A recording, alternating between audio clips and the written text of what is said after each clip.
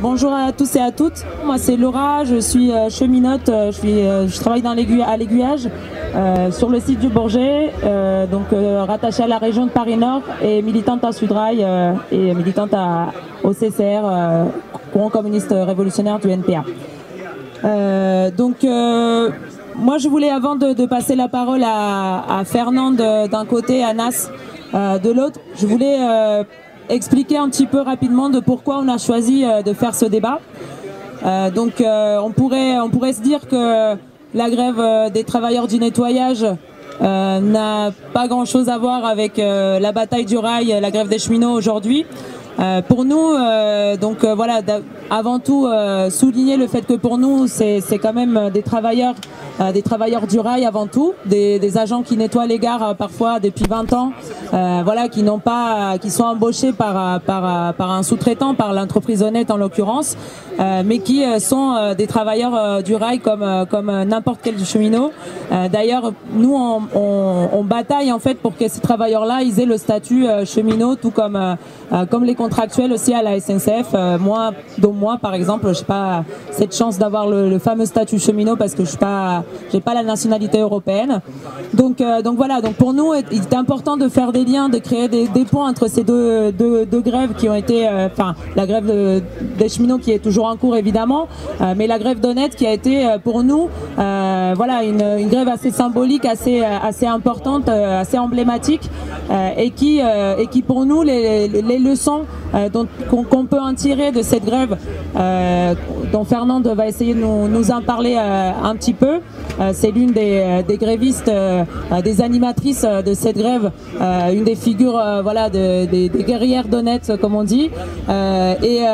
Pour nous les leçons qu'on peut tirer de cette grève doivent nous servir non seulement à apprendre ce qui s'est passé à la grève d'Honnête, les apports que ça a pu faire à cette grève-là, mais aussi de penser aujourd'hui la bataille du rail à la lumière des enseignements et des leçons de cette grève qui a été très importante, qui a duré 45 jours et qui a donc paralysé le nettoyage de 75 gares parisiennes dans la région de Nord-Île-de-France. Donc je vais sans plus passer d'abord la parole à Fernande Bagou, qui est une des guerrières d'Honnête, qui va nous raconter un petit peu ce qu'elle en retient, et puis ensuite ça sera le tour à Anas, cheminot, gréviste sur Paris-Nord aussi, militant Sudrail et au CCR, tout comme moi. Bonjour à toutes et à tous. Donc je suis l'une des grévistes d'Honnête. Je m'appelle Madame Bagou Fernande. Je suis de la CFDT, déléguée syndicale. Alors, depuis le 2 novembre, on a fait une grève parce qu'on est arrivé, Honnête voulait nous écraser. Donc les salariés que nous sommes, on n'a pas voulu, donc on s'est mis en grève depuis le 2 novembre. Notre grève a commencé, on savait qu'il y avait une nouvelle entreprise qui allait venir. Donc on était au courant bien avant que la précédente ne parte. Donc on s'était préparé, on était 3 délégués syndicaux sur le chantier. Donc on s'était préparé parce qu'on avait quand même nos droits. Donc quand ils sont arrivés à la première réunion, nous étions 2 délégués syndicaux qui avons suivi la réunion. Donc au cours de cette réunion, ils nous avaient dit qu'on devait supprimer notre clause de mobilité. En fait, cette clause de mobilité, si elle était supprimée, on pouvait nous amener partout où ils voulaient. Donc on s'était appelé et chacun sur son chantier avait informé les salariés. Donc les salariés étaient déjà au courant et on avait déjà informé aussi les représentants de nos organisations. Donc c'est comme ça la grève est partie. Donc quand ils ont repris le chantier, le 2 on devait reprendre le travail. Donc le 2 on a fait un courrier, on leur a dit avec nos revendications qu'on se mettait en grève le 2 novembre. Donc nous étions partis comme ça en grève. Et avant qu'on ne commence la grève, on s'est réunis à Saint-Denis, qui était notre piquet de grève. On s'est réunis, on a décidé et on a commencé la grève.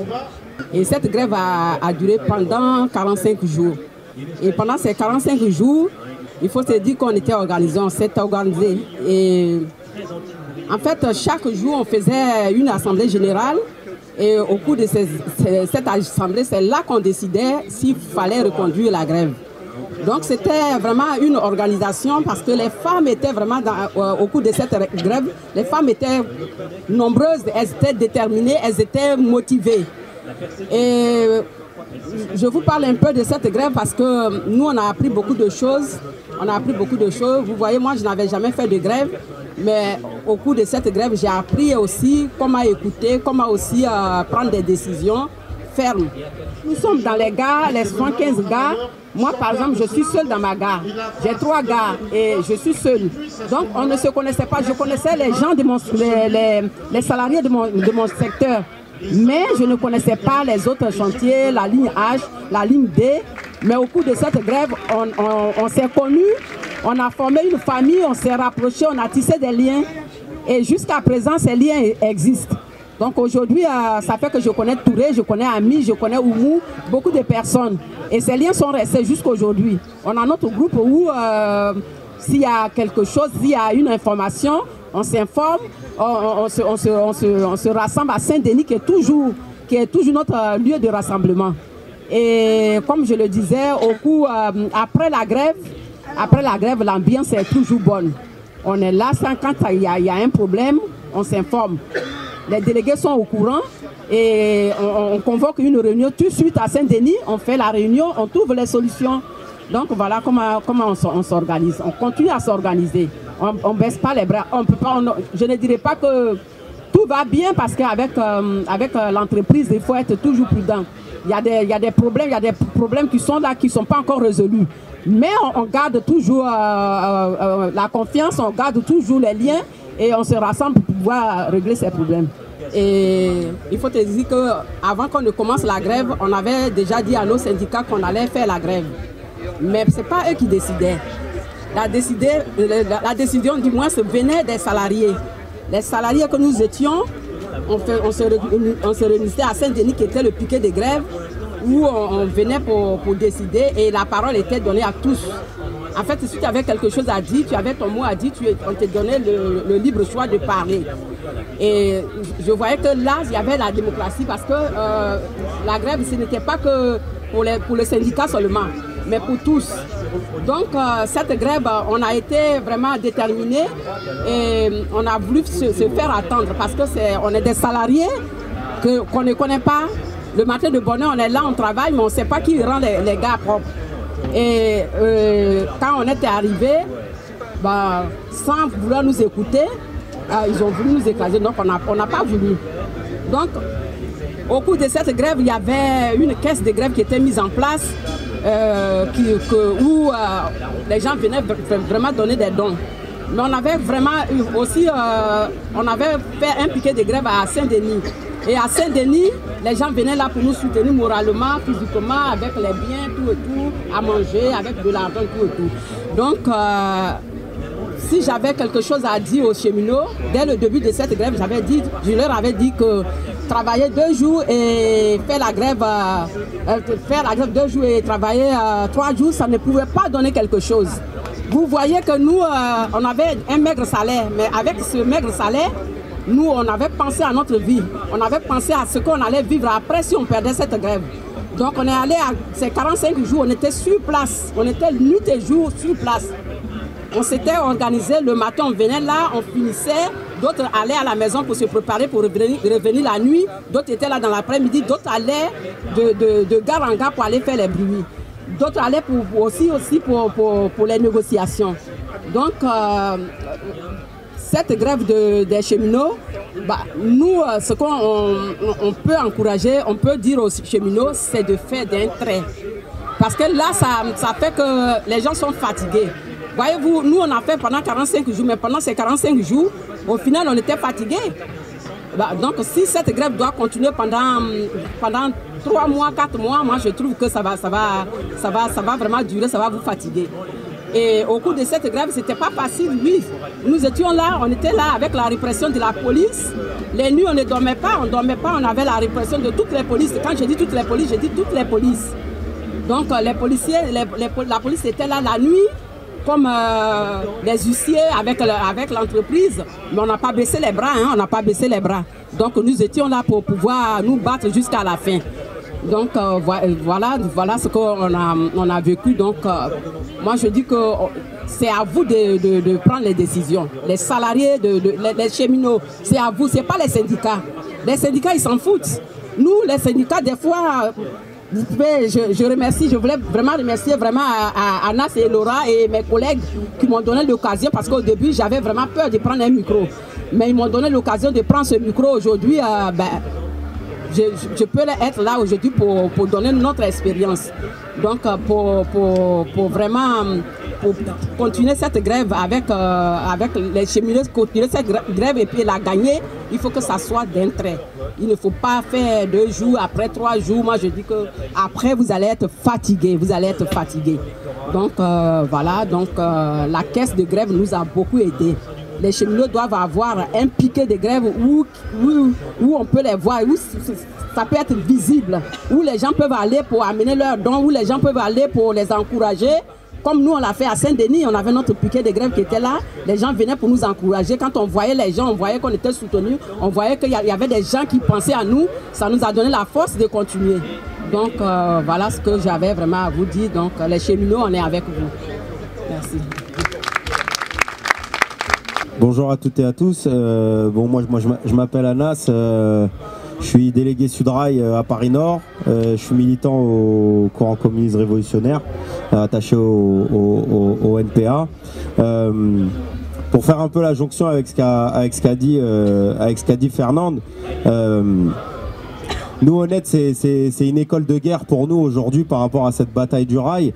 C'est une école tout d'abord de guerre, mais c'est aussi une expérience forte et importante. Moi qui ai fait partie de ceux qui ont eu le privilège et la chance de vivre cette grève avec eux, et qu'aujourd'hui je vis la grève à la SNCF, c'est 2 mondes à part, c'est 2 mondes différents. On ne vit pas la même grève lorsque on fait Honnête et lorsqu'on est dans cette grève du rail, notamment parce qu'il y a aussi ce sentiment-là d'être dirigeant de la grève, qu'on n'est pas à la SNCF, c'est-à-dire qu'on a l'impression qu'on se bat, on participe fortement au fait que la grève essaye d'être victorieuse, mais sans avoir le sentiment d'être ceux qui avons les leviers, les plus grands leviers, en tout cas pour faire basculer les choses. Et puis j'en parlerai un peu de la question de la bureaucratie syndicale, de toutes les différences, par exemple, qu'il y a eu avec Honnête. Et pour nous, voilà, c'est une expérience forte. C'est pour ça que, par exemple, Fernande, elle est encore là avec nous 6 mois après la fin de la grève, que c'est pas juste des cheminots qui sont venus ramener 2-3 drapeaux, un peu d'argent et puis qui sont rentrés chez eux à la fin de la victoire. Non, c'est des liens qui ont été tissés. C'est une grève qu'on a essayé de sortir parce que nous, on n'a pas vraiment de mérite. C'est-à-dire qu'eux, ils avaient déjà tout fait. Nous, on les a rencontrés après 15 jours de grève. Ils avaient déjà un niveau d'auto-organisation pour des gens dont c'est la première grève qui était important. C'est-à-dire qu'il y avait des piquets 24-24 autour des quais. C'est-à-dire qu'ils ne laissaient pas une seule seconde les quais à la possibilité d'être nettoyés ou les poubelles d'être vidées. Alors que c'était leur première grève et qu'il n'y avait pas un niveau de syndicalisme. C'est-à-dire que dans ce secteur-là du nettoyage chez Honnête, on est plus agent du nettoyage qu'on est syndicaliste. Quand je dis ça, c'est-à-dire que on n'a pas, il n'y avait pas de permanents syndicaux tels qu'on peut les connaître, par exemple à la SNCF, où limite, le bureau du coin, on sait même plus c'est quoi son métier, tellement ça fait 10 ans ou 15 ans qu'on sait juste qu'il est chez Sudrail ou qu'il est à la CGT. Ce qu'on n'a pas retrouvé en tout cas chez Honnête, et ce qui a permis justement ce niveau d'auto-organisation chez les agents du nettoyage. Et pour nous, en tout cas en tant que militants politiques et que militants syndicaux, ça a été facile de pouvoir ramener un peu notre savoir-faire, ramener un peu nos idées pour pouvoir les sortir en fait, les sortir du quai pour les mettre à la face du monde, c'est-à-dire à la face du monde, de leur montrer que une grève c'est pas uniquement le blocage de l'économie, qu'une grève c'est avant tout aussi politique. Et ça nous permet aujourd'hui, Honnête, de faire la jonction avec la SNCF, parce qu'il y a beaucoup d'idées reçues. Les cheminots aujourd'hui vont dire ouais mais tu comprends, si la grève c'est difficile, c'est parce que la société de consommation et les gens ils veulent acheter une C4 Picasso et ils veulent acheter un iPhone et du coup les salaires ils sont plus bas, etc., etc. Donc quand vous leur parlez de Honnête, que vous leur dites qu'il y a des salariés qui touchent 300 € par mois, qui sont précaires et qui ont tenu 45 jours, tout le monde la ferme. Tout le monde la ferme sur le champ. C'est-à-dire que l'argument de dire j'ai un iPhone 8 dans la poche et c'est à cause de ça que je ne peux pas partir en reconductible ne tient pas. Ça ne tient pas. Et le fait de dire que nous on peut se battre parce que on est au statut, parce que ceci, parce que cela, ils ont démontré, il y en a qui n'avaient même pas de papier.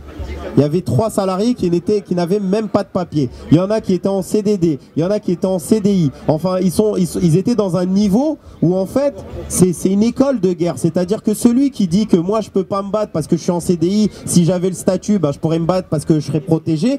Ils ont démontré que en CDD, en CDI et sans papier, on est capable de tenir la trachée haute à un employeur qui est honnête, de tenir la trachée haute à la SNCF et puis à la justice, parce qu'ils ont été assignés en justice à 2 fois, c'est-à-dire une fois au tribunal de Montreuil et une autre fois au tribunal de Cergy-Pontoise. Ils ont été attaqués par la police plusieurs fois, que ça soit à Saint-Denis, à Hermont, etc., d'essayer de soulever les piquets de grève. Et nous, par exemple, en tant que militants politiques, c'est là où ça nous a permis, par exemple, de faire la jonction, d'expliquer, lorsqu'on ramène Assa Traoré sur les piquets de Honnête, d'expliquer que c'est la même police qui est venue assassiner Adama Traoré, qui vient à Honnête déloger les piquets de grève comme elle a pu le faire en 2016, et on s'en rappelle à la raffinerie de Grand Puy, par exemple, où ils étaient en train de soulever les raffineurs. Et puis, on a fait, il n'y a pas très longtemps, la jonction devant la gare de Montparnasse, en expliquant c'était toujours cette même police-là qui avait vidé Tolbiac,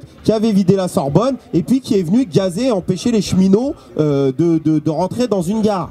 Donc ça nous permet en fait de pouvoir faire toute cette jonction et de montrer clairement que voilà quoi, que il y a beaucoup d'enseignements à tirer. Et concernant la grève à la SNCF aujourd'hui, vous comprenez, on peut pas faire toute l'histoire. Ça va faire depuis le 22 mars qu'on est engagé dans cette bataille. Ça va faire quasiment 2 mois. Aujourd'hui, la réalité, c'est que le cœur de la réforme, il n'y a pas une virgule qui a été changée, d'accord ? Donc on nous avait vendu la grève perlée comme la 8e merveille du monde. On nous a expliqué que c'était la stratégie imbattable pour pouvoir gagner, pour pouvoir nous expliquer en fait et faire en sorte que le 2-5, comme on le dit chez nous, on l'appelle le 2-5, soit accepté et pris par les agents. Et il a fallu maximiser la com, c'est-à-dire de dire que tu comprends.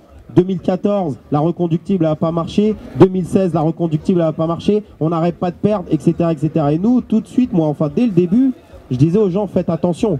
Parce que si on perd avec le 2 sur 5, c'est quoi la suite? C'est de dire qu'en fait, la grève, définitivement, ne sert plus à rien. Le moment où on a dit que pour faire 2 sur 5, c'est que la grève reconductible ne marche pas. Que derrière, 2 sur 5, après 2 mois, ne donne aucune satisfaction, c'est-à-dire qu'il n'y a même pas un retrait. C'est que dans la tête des cheminots, tout le monde a compris aujourd'hui qu'il va falloir encore taper minimum 1 mois. On le sait comment ça marche avec les gouvernements, ils ne retirent pas tout d'un seul bloc. Et puis je viens et je te donne un truc et machin. Donc déjà là aujourd'hui on va devoir entrer dans juin et peut-être entrer dans juillet et dans août. Donc c'est où on se retrouve, c'est-à-dire qu'à la SNCF, on fait croire aux cheminots qu'il y a besoin de faire 45 jours de grève comme si on était dans une épicerie qui avait besoin de bloquer, etc. Et Honnête, quand on en parle, Honnête, c'est des sacs poubelles sur les quais, c'est du balayage, c'est-à-dire que ça n'a pas la force de blocage que peut avoir un conducteur de train, que peut avoir un contrôleur, que peut avoir un agent du guichet, un aiguilleur, etc. Donc ça montre que en fait, tout n'est pas lié à uniquement le blocage, au fait de faire une grève sur la durée, de durer contre Macron, comme si Macron était plus fort que Juppé. Non, moi j'ai jamais pensé une seule seconde que En Marche, ça avait un quelconque égalité avec le RPR de Balladur, de Sarkozy, de Juppé, de Chirac, etc., etc.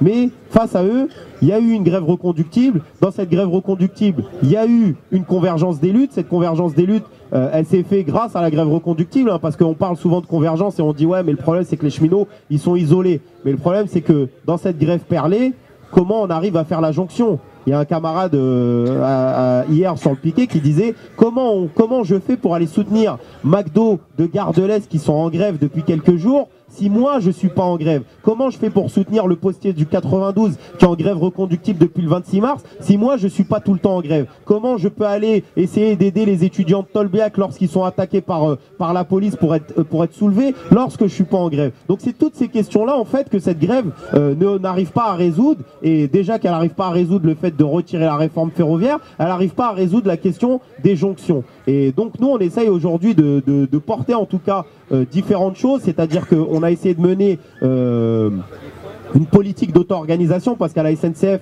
c'est ce qui pêche réellement, c'est-à-dire qu'on a le syndicalisme qu'on mérite, c'est-à-dire qu'on a un syndicalisme qui est très puissant, très important et qui pour la plupart des cheminots, eh ben voilà quoi, c'est le syndicaliste à qui je donne mon papier pour demander ce qu'on appelle chez nous les notations. Ça correspond au déroulement de carrière, c'est-à-dire que faut savoir qu'un agent pour dérouler dans sa carrière, pour faire une réclamation, il doit la donner au délégué syndical.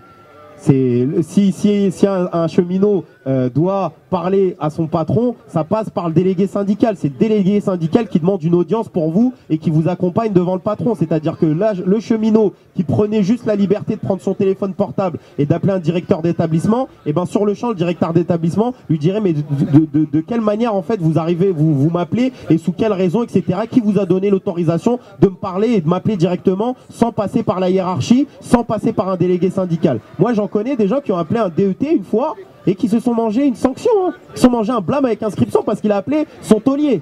Donc c'est pour vous dire un peu, vous situer un peu le niveau de syndicalisme en fait à la SNCF qui fait qu'aujourd'hui, eh ben oui, par télépathie, on aimerait, comme on dit, que la classe ouvrière s'auto-organise de elle-même, qu'elle se soulève de elle-même, qu'elle déborde les fédérations de elle-même, qu'elle ferme les yeux et qu'elle fasse comme si les directions syndicales n'existaient pas et que le bureau du coin il avait aucune importance pour les cheminots. La réalité c'est que c'est faux. La réalité, c'est que on a affaire à des assemblées générales aujourd'hui chez les cheminots qui, nous on le dénonce, qui ressemblent à des meetings syndicaux. C'est-à-dire, moi je suis chez Sudrail, je lis mon papier pour Sudrail, dès que j'ai fini, je passe le papier, le micro à celui qui a la CGT, il lit son papier, et puis derrière, c'est moi qui dis qu'est-ce qu'on vote. Faut savoir qu'il y a dans certaines assemblées générales, il n'y a même pas de vote qui est effectué, hein.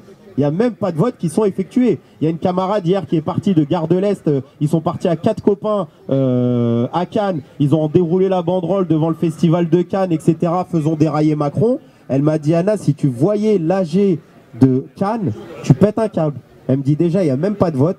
Elle me dit, Sudrail n'a même pas le droit de parler. Je lui dis, mais c'est-à-dire, Sudrail n'a pas le droit de parler. Je dis, c'est quoi, il n'y a pas de gars qui osent prendre la parole, dire quelque chose? Non. Elle me dit, ils n'ont pas le droit de parler. C'est le gars de la CGT, il parle, il dit ce qu'il a à dire, et à la fin, il dit l'action qu'il y a à faire dans le coin, et on rentre chez nous. Donc c'est tout ça qu'on a, contre quoi on a affaire, contre, on va dire, une stratégie bureaucratique du sommet, qui est mise en place par le 2-5, et on peut le voir, hein, la bureaucratie, elle a quand même, voilà quoi, moi je dis, dès que Laurent Brun, il se met devant un micro, et qui dit vote action, moi mon téléphone BFM CNews, ils arrêtent pas de m'appeler pour me dire qu'est-ce que vous pensez, est-ce que Pépi va démissionner, est-ce que ceci, est-ce que cela, comment les cheminots réagissent, et ils sont pris par ça. Dès que il prend le micro et qu'il dit le 14 sans cheminots, et ben ça fait effet boule de neige parce qu'il y a un mot d'ordre, parce que les gens ils entendent les fédérations syndicales donner un mot d'ordre, et nous on peut être le plus grand syndicaliste local, on peut donner ces mots d'ordre. Je vous jure que moi Anas qui suis important dans mon secteur, si moi Anas demain je dis le 22 sans cheminot, les gens ils vont me dire écoute, toi si tu veux faire grève, fais grève, moi je ferai grève si j'ai envie de faire grève, pourquoi tu me dis sans cheminot? C'est pas toi qui décides. C'est face à toutes ces choses là. Donc nous on commence à lancer un peu, on a lancé une assemblée générale intergare qui commence à avoir énormément d'importance et qui a joué une importance pour le 22. Faut savoir que le 22 mars, et quand on parle de convergence des luttes, faut savoir que Solidaire a demandé à Sudrail de ne pas appeler à la grève et à la manifestation le 22 mars aux côtés de la fonction publique. Faut savoir que la CGT fonction publique a demandé à la CGT cheminot de ne pas appeler à la grève et à la manifestation le 22. Voilà, donc on parle de convergence à tout va dans les médias. On croit que c'est simplement le postier qui n'a pas voulu se mettre en grève et c'est pour ça que je suis tout seul. On croit que c'est le personnel de santé qui n'a pas compris qu'après le statut du cheminot, ça sera mon statut qui sera attaqué. Non, c'est pas ça. C'est qu'il y a une bureaucratie syndicale qui fait tout aussi pour faire en sorte de jamais créer ces jonctions, parce qu'on le sait très bien que dès que les travailleurs, les grévistes, ils sont ensemble, ils sont organisés, ils sont prêts à en découdre sur des mots d'ordre importants qui rassemblent plus largement que je défends mon statut ou j'essaie de demander un panier repas, et ben généralement ils ont du mal à les tenir et ils ont du mal à les faire rentrer, comme on dit vulgairement, à la niche dès qu'on a réussi à négocier la régression sociale. C'est toutes ces choses-là. Et cette AG Intergare, le 14, en tout cas le 3 mai, elle a décidé d'appeler les cheminots à partir en grève le 22, de faire la jonction avec la fonction publique et de solliciter les fédérations, de dire aux fédérations, nous on va y aller et on vous demande d'y répondre. Et ben Sudrail, ils n'ont pas eu le choix, ils se sont servis en tout cas de l'appel de l'AG Intergare pour dire, nous, solidaires, ok, mais nous, si on n'appelle pas, parce que les cheminots, ils sont en train de nous mettre la pression et nous dire qu'il faut créer la convergence, on est obligé d'appeler. Donc on a réussi, grâce à ça, à faire appeler la Fédération Sudrail à la grève et la manifestation le 22, à transmettre l'appel aux différentes régions syndicales de Sudrail, et puis d'appeler l'ensemble des cheminots de province de monter à Paris le 22, de faire une AG Intergare nationale, Paris-Province, sans la prétention de faire la révolution, ni sans la prétention de se substituer à quelques AG locales, mais d'essayer d'être le plus nombreux possible pour décider de comment on peut bouger le calendrier, de comment on peut essayer de bouger cette grève-là pour faire non pas une grève de la défaite, mais une grève victorieuse, qui soit une grève qui termine par une gagne et non pas par une défaite, parce que comme je le disais au début, si on dit que la reconductible ça gagne pas et que le 2-5 ça gagne pas, la réalité c'est que notre destin il va être vraiment compromis, et on le sait à l'approche de ce qu'on appelle les CSE, c'est les nouvelles instances représentatives du personnel qui vont remplacer, qui vont surtout supprimer les DP, les CHSCT et les CE. On va avoir un militantisme dans les entreprises qui n'aura rien à voir avec ce qu'il y a aujourd'hui. C'est-à-dire que tout ce qui était de représentativité locale n'existera plus. On va avoir des instances nationales. Il faut savoir, par exemple, à la SNCF, c'est 900 instances représentatives du personnel qui vont être remplacées par 30.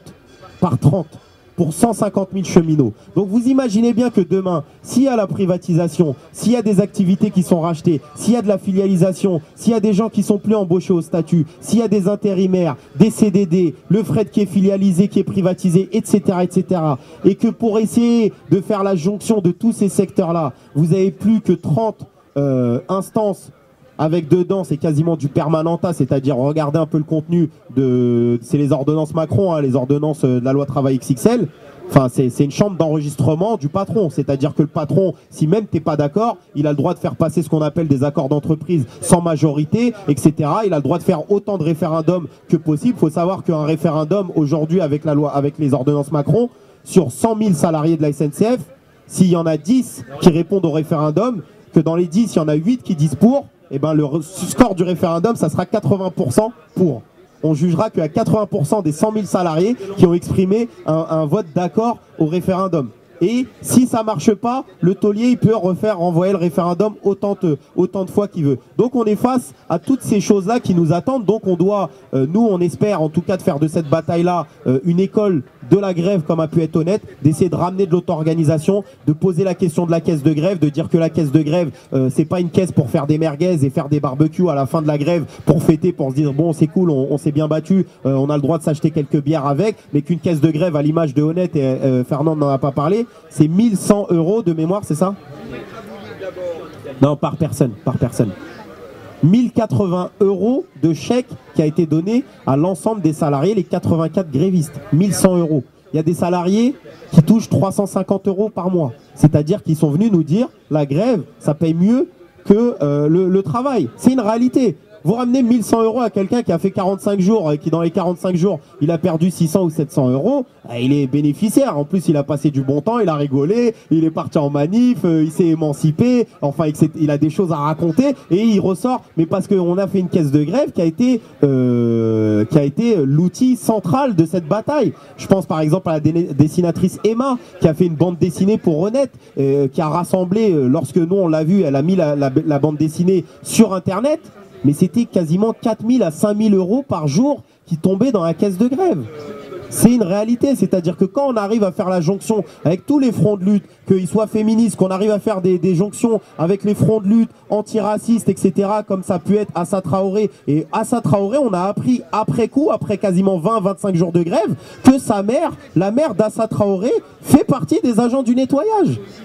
Donc c'était des choses extraordinaires en fait de réussir à faire ces choses-là, à montrer déjà aux militants qu'on peut faire des jonctions, que la lutte féministe elle était aussi au fond du local de Honnête. Fernande l'a dit, pour nous c'est un bel exemple d'émancipation. Fernande, Oumou, Ami, etc. On ne retient que les femmes de Honnête.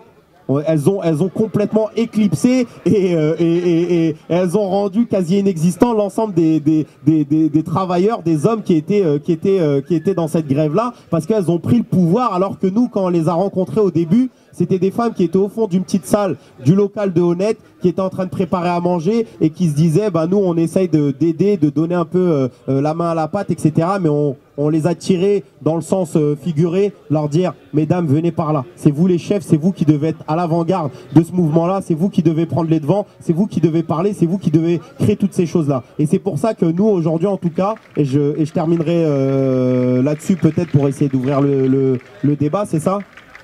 Ou des questions, voilà. C'est là où nous, on doit essayer de faire en sorte que la grève des cheminots devienne une grève politique, devienne une grève du tous ensemble en fait, de ce qu'on dise, de ne pas faire de l'incantation. Et c'est ce qui a été à l'image de Honnête, c'est que c'est pas une grève comme les autres et on l'a vu et c'est pour ça qu'on en entend parler. On se dit mais c'est quoi là? Au final, leurs revendications, Honnête, c'est quasiment les mêmes revendications que la plupart des entreprises.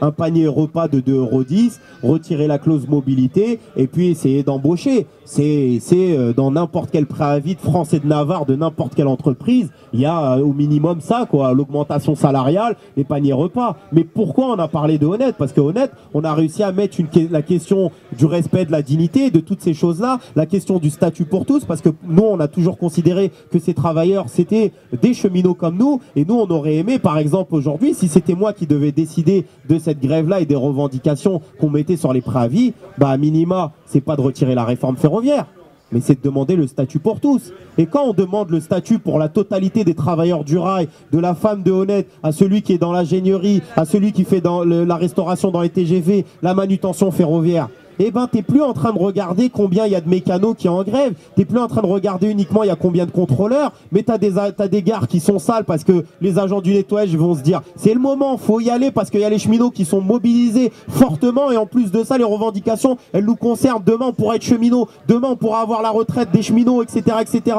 Et donc on élargit, donc on sort d'un truc qui est même plus corporatiste et on peut faire que la jonction avec les usagers, de derrière leur dire mais non on n'est pas des privilégiés, on se bat pas que pour nous, regardez on demande définitivement que le statut, à l'image des travailleurs marocains, les Chibani comme les a appelés, le procès des travailleurs marocains qui ont été contractuels pendant 40 ans de carrière, de plus reproduire ça. De plus reproduire ça et de faire en sorte que nous, oui, on s'intéresse aux précaires, on veut que les précaires ils soient plus précaires et qu'ils aient les mêmes avantages, les statuts des cheminots. Et après on peut rêver, mais de faire en sorte que on réclame la retraite des cheminots pour l'ensemble des travailleurs de ce pays. Parce qu'à un moment donné, je sais pas moi, mais il y a 9 millions de personnes pauvres qui vivent sous le seuil de pauvreté en France, il y a 6 millions de chômeurs. À un moment donné, faudrait baisser l'âge légal de départ à la retraite, faudrait baisser le temps de travail moyen hebdomadaire pour que justement les gens ils puissent avoir du boulot et pas les augmenter comme on est en train de voir par exemple chez PSA à Vesoul, qui sont en train de négocier 37h30,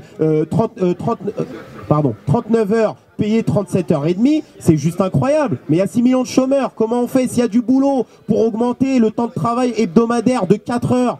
Pourquoi ces 4 heures-là, on ne crée pas des postes avec? Pourquoi ces syndicalistes, ils sont en train de négocier la régression sociale et se féliciter d'être des syndicats de la négociation, etc., etc., d'être des syndicats réformistes? C'est fou quand même. Et puis on est à la fête de lutte ouvrière, mais le syndicalisme, enfin ça sort de la Commune de Paris. C'est au lendemain de la Commune de Paris. C'est un outil d'organisation du prolétariat. C'est un outil qui est là pour organiser la grève générale, qui est là pour parler d'attaque, de lutte de classe, de reprendre le pouvoir, de toutes ces choses-là. Et aujourd'hui, on a des gens, des Bruns, des Martinez, des fédérations de Sudrail, de FO, de qui que ce soit, qui sont là, disent moi je vais plus négocier avec Elisabeth Borne, moi j'aimerais bien qu'Édouard Philippe il me reçoit. Et puis Édouard Philippe il a dit que les 85% de cheminots qui sont pas dans la grève, il sait qu'ils sont pour la réforme, alors moi je vais aller faire un vote action, etc., etc. Et la question qui est central et primordial dans cette bataille-là et dans cette question de vote-action, c'est pas le vote-action, même si on va avoir, comme disait un copain Karim Dulandi, on va avoir sûrement le score de Saddam Hussein aux élections d'Irak. Mais la réalité qui doit se poser dans la tête des fédérations, mais c'est pourquoi il y a 85% de cheminots qui sont plus en grève, alors qu'on a dit que c'était la 8e merveille du monde, que c'était celle qui faisait en sorte qu'on allait faire des taux de grévistes historiques, et que quand on calcule les 20 jours, parce que ça fait la 10e séance avec 20 jours au total de grève, et ben 20 jours au total de grève, n'importe quelle grève reconductible, on est dans les mêmes taux, et je peux vous dire que la paralysie du rail, 20 jours, ce n'est pas la paralysie du rail, un jour férié, un samedi, etc. Et vraiment, je conclurai là-dessus sur cette énormité de grève perlée. Enfin, on a des gens qui viennent, qui ont décidé une grève perlée, qui ont mis, comme je dis, des ronds sur un calendrier de date et qui viennent en assemblée générale dire « Bon, aujourd'hui, c'est pas fortement mobilisé, mais bon, c'est un férié. » Voilà, ok. Le lendemain, bon, vous comprenez, c'est le pont, parce qu'entre le 8 et le 10, du coup, le 9, c'est un pont, du coup, les gens, ils viennent pas. Ah, ok. Bah là, on est le 19, samedi, c'est un jour de grève aujourd'hui, il faut le savoir. Bah 18, ouais, ça va, mais du coup, les gens, vu qu'ils font pas le 19, ils font pas le 18, donc... Mais moi, je dis, est-ce que la CGT a découvert le calendrier grégorien au moment de la grève? Parce que le 8 mai, il est férié depuis un paquet d'années. Et qu'à un moment donné, quand tu viens le 15 mars 2018 avec un calendrier devant BFM TV, mon ami, quand tu as mis des cercles sur le 8 mai, tu peux quand même te dire, ouais, le 8 mai, peut-être on peut essayer de le décaler à un autre moment, qu'à un moment donné, que le dimanche, ouais, peut-être. Et en fait, ils jouent sur toute cette stratégie-là. Et moi, ce que je refuse à la fin de cette grève, peu importe l'issue, bah, c'est que les gens se démoralisent en tout cas et se disent, bon, bah, ça marche plus la grève, tu comprends, les cheminots, ils ont pas voulu se battre, les cheminots, ils viennent pas en nager. Mais à un moment donné, les cheminots, si tu leur dis que quoi qu'il arrive, ton calendrier, tu le bouges pas, bah, ils se disent, pourquoi je vais venir en nager? Une assemblée générale, c'est une assemblée souveraine, c'est une assemblée qui décide. Et quand les gens, ils se disent, bah, moi, je vais pas me taper Chantilly, Paris-Nord, 1h30 de route aller, 1h30 retour pour écouter un mec lire un papier. En plus de ça, moi, j'ai même pas le droit de décider, de dire moi le calendrier il me plaît pas, etc., etc. C'est toutes ces choses-là. Donc, c'est comment on analyse la situation et se dire et en tirer les conclusions et les bilans réels, étape par étape, de ce qu'est cette grève-là et de pas en faire un gloubi-boulga de dire 2016, etc.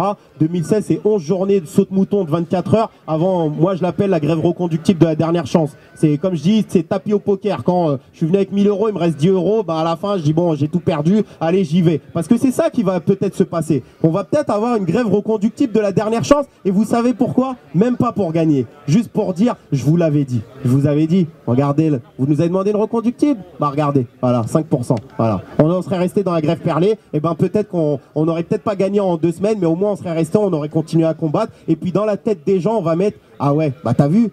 Vous l'avez voulu la grève reconductible, bah regardez. Non, on voulait la grève reconductible dès le 22 mars. On voulait même la grève reconductible dès que Spinetta il a montré son rapport à la télé. On aurait dû être le lendemain massivement dans la grève parce qu'on se rappelle du cheminot bashing, de tous ces cheminots qui montraient leurs fiches de paye, qui montraient des vidéos en train de déneiger les aiguilles, etc. Qui ont montré un niveau de colère qui est sans précédent, qui se sont saisis du 22 mars alors qu'il n'y avait même pas de préavis des fédérations, il y avait uniquement un préavis de Sudrail et il y a eu plus de 50% des cheminots qui se sont mis en grève. C'est tout ça qu'on doit retenir et pas se faire balader par une stratégie. La réalité, c'est que dans tout ce que j'ai dit, moi je pars du principe que faut qu'on puisse tirer des bilans pour comprendre comment on avance et adapter la stratégie la plus logique et la mieux pas à pas, comme on dit. C'est-à-dire de ne pas se lancer. Enfin, la plupart ici sont militants, sont des gens politisés, etc.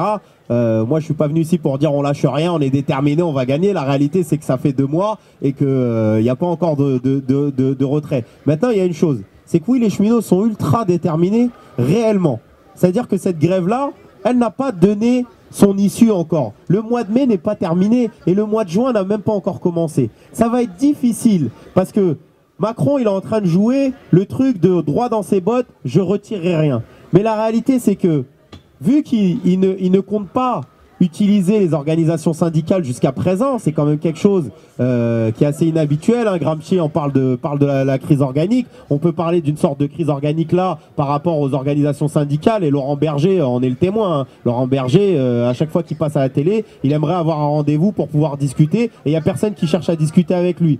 Et cette réalité-là, c'est qu'avec les cheminots, il n'y a aucun cheminot demain qui va s'arrêter après 3 mois de grève en se disant « Bon, bah j'ai rien obtenu, on a perdu ». La réalité, c'est que, ouais, ouais, les cheminots sont déterminés, mais les cheminots, ils sont dans une phase de bascule. C'est-à-dire qu'on est dans un point de bascule. Entre, va y avoir le vote au Sénat de mémoire le 28-29 mai prochain, où on va acter encore plus, on va leur dire, bah voilà, vos illusions de CPE, c'est encore à 1000 chemins maintenant avec le vote au Sénat, etc., etc. Donc les cheminots, ils sont en train de se radicaliser.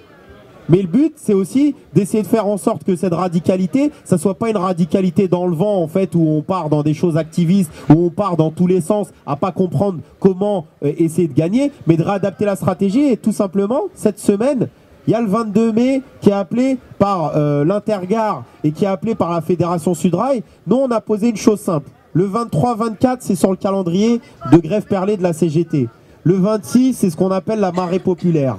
Et puis après, on a le 28-29. Et ben, on a donné comme mot d'ordre hier, et c'est ce qui a été décidé à l'AG de Paris-Nord, de faire de la semaine prochaine une semaine sans cheminots ou une semaine noire. C'est-à-dire de tenter une grève reconductible, hebdomadaire en tout cas, avec l'ensemble des journées qui s'offrent à nous. Voilà, parce qu'on peut le faire. Lundi, c'est férié. Le 22, c'est la fonction publique. 23-24, les cheminots. Pourquoi pas continuer la grève le 25 et faire la jonction avec le 26 et la marée populaire. C'est comment on tente au fur et à mesure de proposer ces choses-là. Parce que après, nous on disait la journée sans cheminot, mais pas une journée sans lendemain. La réalité, c'est que au niveau des directions syndicales, et c'est pour ça qu'il faut les critiquer, ils ont fait un truc sans lendemain, c'est-à-dire une journée comme ça, mais à la base, c'est la grève perlée qui doit être totalement sans cheminot. Et c'est toutes ces choses-là. Donc quand nous-mêmes, on donne des mots d'ordre qui sont mauvais, et ben dans la tête des cheminots de la base, et tu le demandais, dans la base, c'est quoi ce qui se dit? Bah, c'est une grève à la carte. Je choisis mes jours. Bah, je vais pas faire le férié parce que le férié, il y a une petite prime qui tombe, donc je vais essayer de gagner du pognon et je referai un autre jour. Ça m'arrange pas de faire tel jour ou tel jour, etc., etc. Donc c'est tout ça. C'est pour ça que la question de la stratégie, elle est centrale depuis le début. Et nous, notre rôle, en tout cas aujourd'hui, moi, je suis syndicaliste et fier d'être syndicaliste. On est chez HUC Sud, Fernande à la SAFDT. Ça nous a pas empêché une seule seconde de tenir par la base des grévistes 45 jours la grève de Honnête. On a tenu 45 jours, mais vous savez quoi, quand on allait chaque jour, on a fait quasiment une quinzaine de réunions avec le taulier de Honnête, et on venait, et il nous disait, mais c'est quoi vos propositions? Et on lui disait, bah non, on n'a pas de proposition, c'est retrait, c'est panier repas 4 euros. Oui, mais là, si je vous dis 3 euros plus 50... Non, on disait, non, on discute pas avec vous.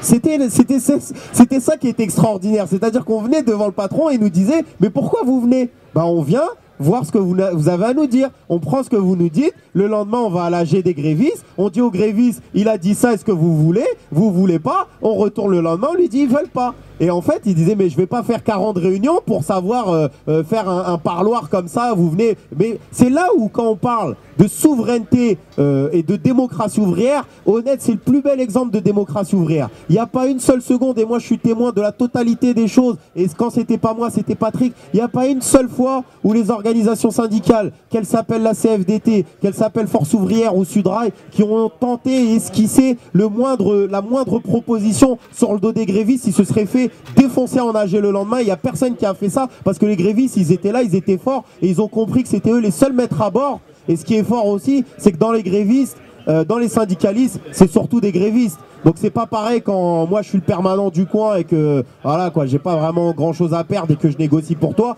La force, c'est qu'il y avait des Fernand Bagou qui d'un côté mettaient 45 jours de salaire de sa poche et qu'elle avait aucun intérêt de négocier la régression sociale. Sinon, il faudrait être fou de partir en grève et pour négocier derrière des miettes sur le dos des agents. Donc c'est tout ça qui est formidable, et donc va falloir essayer de tirer les enseignements de Honnête et d'essayer de les transposer le plus possible à la grève des cheminots. Si on n'arrive pas à faire totalement toutes les démonstrations possibles et imaginables aujourd'hui, bah, qu'on s'inquiète pas, il va y avoir les régimes spéciaux en 2019, et on espère être encore plus armés qu'on l'a été là, et de pas refaire les mêmes erreurs. Et merci beaucoup.